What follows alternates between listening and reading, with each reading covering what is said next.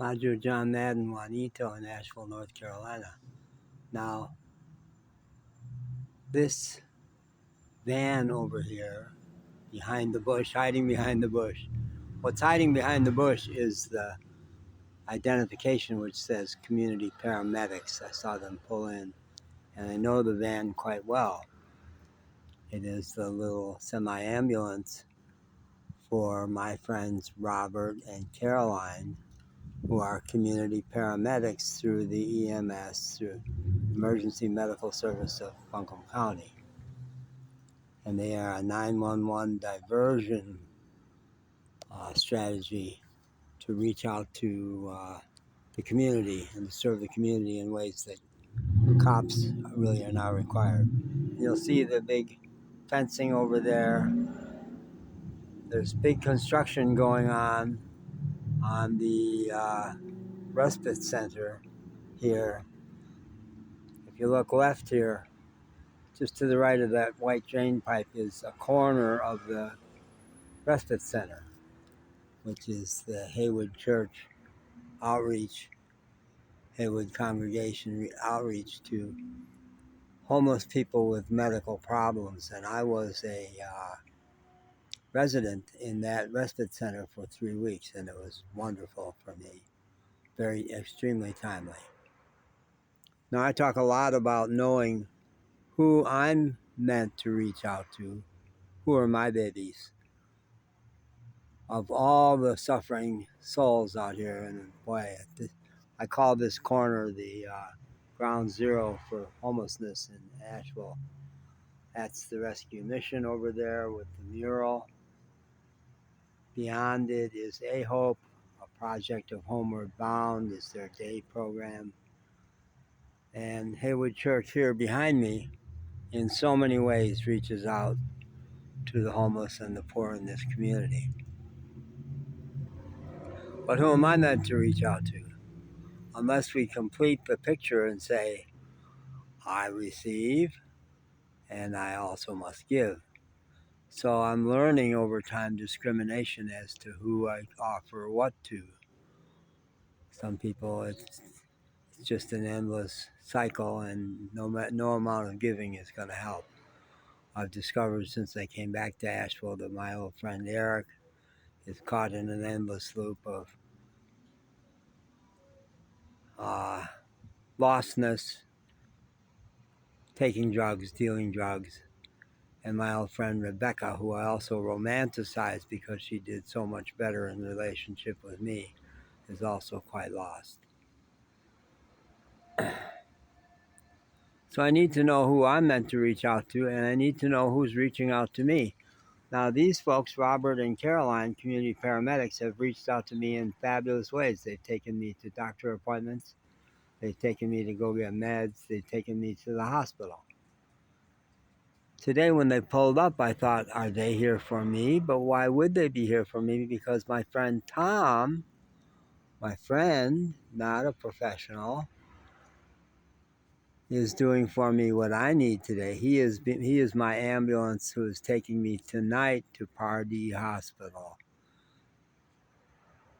And I love the little birds here. God takes care of all those little birds, like the sparrows of the field, and I feel like one of those.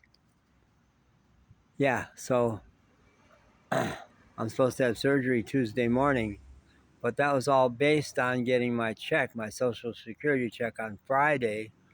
I was going to be able to take an Uber down to the south suburbs of Asheville. I forget the name of the suburb down there. And get a hotel down there the night before the surgery because I have to be there quite early on Tuesday. But all that fell apart when my check didn't come. And I tried a whole variety of things. I tried asking these folks, the community paramedics, to give me a ride down there. They haven't responded yet. They can't respond to everything. They're two people. I ran into Mikey from the fire department, who also has given me rides. He said, well, if you have asked the respite center to take you in the night before and the day after, which I had at that point, they'd be the people to do it. but they haven't responded either. So it looks like that's not happening. But who responded was my personal friend, Tom. Out of the blue, he said, I live in Greenville, quite a ways south, but I'm going to be up in Asheville tonight for a dance event. And at 9 o'clock, when I get out of that dance event, I could pick you up wherever you are in Asheville and give you a ride to Pardee Hospital on my way south to Greenville. And so we've worked that out. It's not totally worked out. I tried hard to reach people at Pardee Hospital today, people from the business office who had worked me up, done all the admin stuff, the registration. They're not working on Labor Day. They had given me the number of the day surgery pre-op, so in case I had to call even that same day, I could reach them. But they also are not doing surgery on Labor Day, so I couldn't reach them. So Tom's going to take me to the ER tonight. I'm going to try to talk my way into the hospital to say the surgical suite is booked, the surgeon is booked, all the staff who are going to participate in the 2-hour surgery are booked. You do not want me showing up straight from being homeless, which I have been for now 18 nights straight, my own personal best. In 5 years, which has included a lot of homelessness, never this many nights on the street. And some of them have been terrible.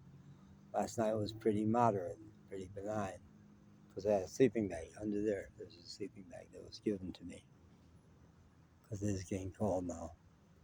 So Tom came for me, my buddy, my personal friend.